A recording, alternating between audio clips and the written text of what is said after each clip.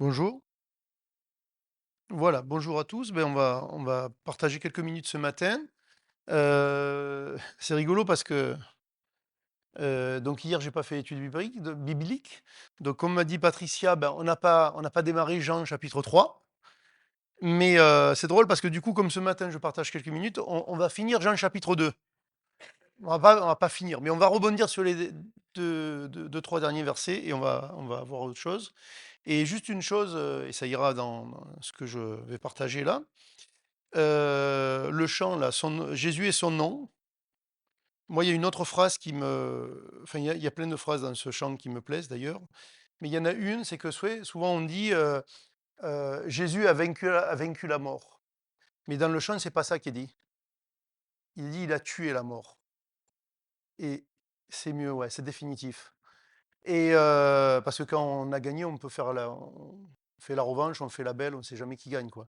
Mais non, là, il a tué la mort et une chose avec ce chant, qui me plaît beaucoup, d'abord, c'est qu'il y a des paroles, contrairement à beaucoup de chants. Évidemment, la musique me plaît, mais le chant, je l'avais déjà entendu et la première fois où Martine, elle a présenté ce chant à l'équipe de louanges pour le préparer, hem, il s'est passé quelque chose de bien, en fait, chez moi. Vous savez, des fois, on peut se dire: «Où est-ce qu'on en est avec Dieu?» Alors attention, je ne suis pas en train de dire, «Ça y est, là, tu arrivé, t'es bien», c'est ça. Mais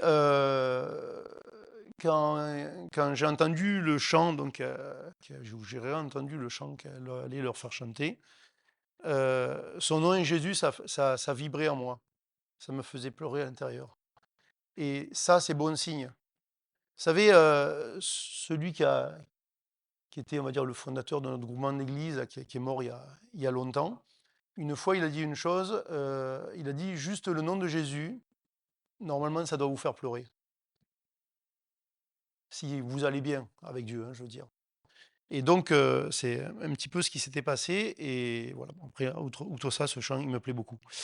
Alors, on va aller dans le vif du sujet, puisqu'on a perdu 2 minutes. Donc, Jean 2, verset. Vous allez voir pourquoi j'ai dit ça quand même. Jean 2, verset 23, 24, 25. Il est dit donc dans l'évangile de Jean, au chapitre 2, au verset 23, pendant que Jésus était à Jérusalem à la fête de Pâques, plusieurs crurent en son nom, voyant les miracles qu'il faisait. Mais Jésus ne se fiait point à eux, parce qu'il les connaissait tous, et parce qu'il n'avait pas besoin qu'on lui rendît témoignage d'aucun homme, car il savait lui-même ce qui était dans l'homme. Et donc l'autre fois, voilà, j'étais parti de là et j'étais allé dans une certaine direction. Et là, je ne vais pas rester sur le texte, mais par contre, je pars de là. Et ce que nous apprend ces quelques versets, c'est que nous sommes, de manière factuelle, que ça nous plaise ou pas, et que nous y mettions notre part ou pas, nous sommes nus devant Dieu. Alors, normalement, si on réalise qu'on est nu devant quelqu'un, euh, ça veut dire que du coup, il y a plus besoin de cacher des choses, il n'y a plus besoin de faire croire des choses. Non, parce que l'autre en voit, il voit comme tu es, quoi. Et donc devant Dieu, nous sommes nus. Nous sommes nus. Et c'est intéressant parce qu'en fait, on va voir juste quelques petits versets. euh, Parce qu'on se pose des fois, enfin, des fois j'espère qu'on se pose assez souvent la question, qu'est-ce qu'on doit faire dans notre vie chrétienne, etc., etc., où est-ce qu'on en est avec Dieu. Et on va prendre, oui, on va prendre Psaume 119, 105. Il est dit une chose que tout le monde connaît, ce verset, on le connaît. Il est dit: ta parole est une lampe à mes pieds, une lumière sur mon sentier. Et bon, bien sûr, j'aurais pu prendre 50 000 autres versets dans la Bible qui nous montrent qu'en fait, cette parole, cette Bible, cette parole de Dieu, c'est elle qui doit nous guider dans notre quotidien. Euh, Et vous savez une chose, je dis ça pourquoi? Parce que des fois, on est chrétien et on ne va pas à la parole. Et on va pas à la parole et on se dit, ça va bien se passer. Mais vous savez, en France, on a un code civil, on a des lois. Et au-dessus des lois, il y a une règle qui s'impose à tout le monde. C'est que nul n'est censé ignorer la loi. Donc ça veut dire que tu ne peux pas arriver devant le juge et dire non mais moi je savais pas qu'il fallait rouler à droite de la route. J'étais pas au courant. Donc j'ai roulé à gauche. vous pouvez pas m'arrêter. Ah bon, j'ai fait un accident, j'ai tué 4 personnes. Bon, d'accord. Mais non, je savais pas. Oui, mais ça marche pas. Parce que tu es censé connaître la loi. Et nous, alors bien sûr, c'est pas absolu, on est censé connaître ce livre. On est censé chercher à savoir ce que Dieu veut pour nous. Et ça, c'est le premier moyen. C'est pas: «Oh, mais le pasteur là qui criait sur l'estrade, alléluia, alléluia, il m'a pas parlé de ça, que voler c'est pas bien, de tricher c'est pas bien, que l'adultère, bon, c'est pas trop ça, que le concubinage c'est pas de Dieu, que le sexe avant le mariage». Il m'a pas parlé de ça. Il m'a dit: «Alléluia, alléluia», on a chanté pendant 3 heures, il criait, il sautait sur l'estrade et moi ça allait très bien. C'était super. J'ai vécu un truc avec Dieu, mais extra. Ouais, mais un jour Dieu va te dire: «Non mais attends, d'accord, t'es sauvé, mais on va faire le point là». Il va rester rien. Il va rester rien du tout. Parce que tout est à l'envers, en fait. Malheureusement, il y a peut-être beaucoup de chrétiens, c'est le cas. Une autre chose, en Proverbe, un autre stade pour savoir un peu ce que Dieu veut, et en tout cas par rapport à cette idée de nudité, en Proverbe 28, 13, il est dit une chose, je ne vais pas m'étaler, mais quand même, 28, 13, celui qui cache ses transgressions ne prospère point, mais celui qui les avoue et les délaisse obtient miséricorde. Et malheureusement, quelquefois, on démarre par la miséricorde et on s'en fout de nos transgressions, on s'en fiche. J'ai rien à avouer, j'ai rien à me repentir. Non, mais le repentance, c'est bon, hein, je me suis repenti un jour de tous mes péchés, Jésus m'a pardonné. On y va, hein? Non. Là, la miséricorde, elle est à la fin du verset. Celui qui cache ses transgressions ne prospère pas. Il n'est pas dit qu'il n'est pas sauvé, il dit qu'il ne prospère pas. Il ne vit pas la vie que Dieu veut pour lui. C'est tout. Il va au-devant de certains problèmes, très certainement aussi, vis-à-vis de Dieu. Mais par contre, s'il ne cache pas, je parle devant Dieu, il obtiendra miséricorde. Il expérimentera la miséricorde au quotidien. Donc, nous sommes nus devant Dieu. Ne cachons rien. Ne cachons rien. Une autre chose, je terminerai là-dessus, parce que ça, on n'y pense pas trop. Alors, je vais vous lire 2 versets. En psaume, bah oui, psaume 98, je vous le lis rapide, mais je ne vais pas du tout le commenter. Psaume 98.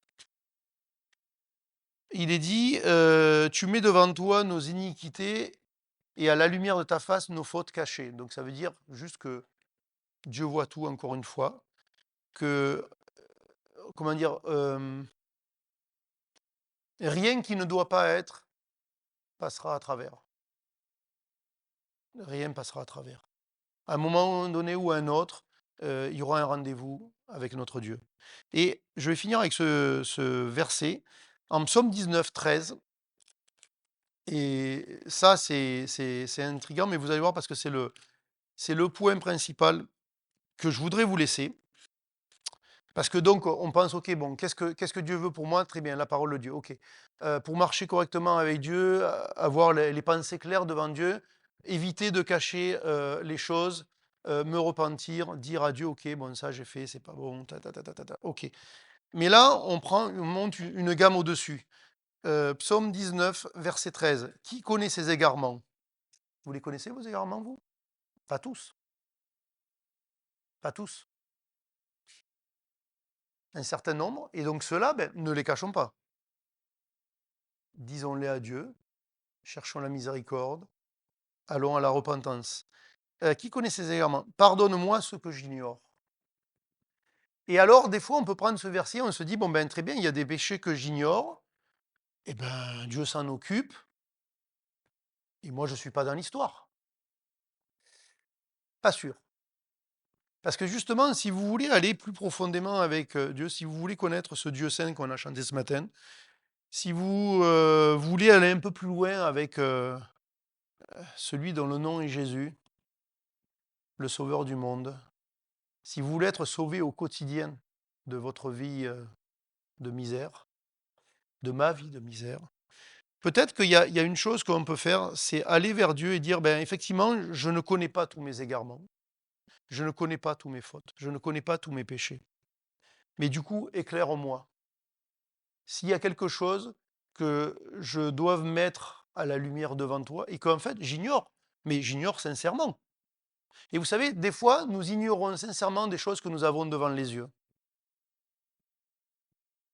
Et des fois, il y a des choses, on les sait dans notre vie, on sait que c'est pas clean, mais on avance, on marche, on passe au-dessus, on s'y arrête pas, on réfléchit pas, on se dit pas est-ce que c'est grave, c'est pas grave, euh, est-ce que Dieu a quelque chose à me dire là-dessus, et on avance. Donc en fait, on le voit, mais on le voit pas.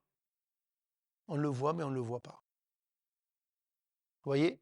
Et bien peut-être que des fois, on a besoin de s'arrêter et se dire, attends, qu'est-ce que Dieu pense de ce truc là dans ma vie que je pense que c'est pas très net, mais bon, on vit le quotidien avec ça, quoi.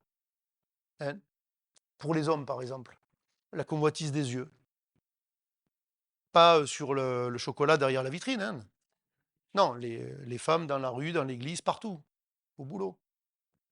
Habillées court, pas habillées court, habillées, peu importe. Non, mais c'est bon, de toute façon, je suis un homme, c'est comme ça. Je sais que c'est pas bien, mais on avance. Oui, oui, avance. Mais peut-être que de temps en temps, dis-toi, qu'est-ce que Dieu veut que tu fasses avec ça, par exemple. Une femme qui veut toujours plus d'argent, qui veut toujours plus de je sais pas quoi, peu importe. Oui, mais je suis comme ça, hein, nous on est comme ça, les femmes, on est, voilà, un petit peu insatiable, machin, c'est bon, on avance, on fait notre vie en même temps. Non mais arrête-toi. Qui connaît ses égarements? Pardonne-moi ce que j'ignore. Mais il va vous les pardonner, c'est pas le problème. Mais si on veut rentrer plus profondément, peut-être que des fois, peut-être qu'il veut éclairer. Et là, je parle de choses que finalement j'ignore, mais j'ignore pas. Alors, il y a des choses qu'on ne voit pas du tout. Mais là, peut-être qu'il y a des choses que voilà, on les voit, mais sans les voir en fait. Parce qu'on a pris l'habitude de vivre avec, parce que ça va bien dans d'autres domaines, parce que je ne sais pas quoi en fait. Et Dieu peut-être nous attend un petit peu plus loin. Vous voyez. Et moi, je nous encourage, évidemment, à la parole de Dieu, à nous repentir de nos fautes et à demander à Dieu. Vous savez, je me disais une chose, le premier de l'an, les gens, ils prennent des résolutions. Au lieu de prendre des résolutions, on pourrait dire, ben Seigneur, qu'est-ce qu'est-ce que tu veux qu'il soit à la lumière et que je traite avec toi? Peut-être. C'est une option. Voilà, donc je vous laisse avec ça et on va prier pour l'offrande. Seigneur, on veut te remettre ben, tout simplement, oui, l'offrande de l'Église, les besoins de l'Église, les besoins de chacun aussi. Je te prie aussi pour ceux qui peut-être ont aussi du mal à tout simplement gérer leurs finances et gérer leur budget.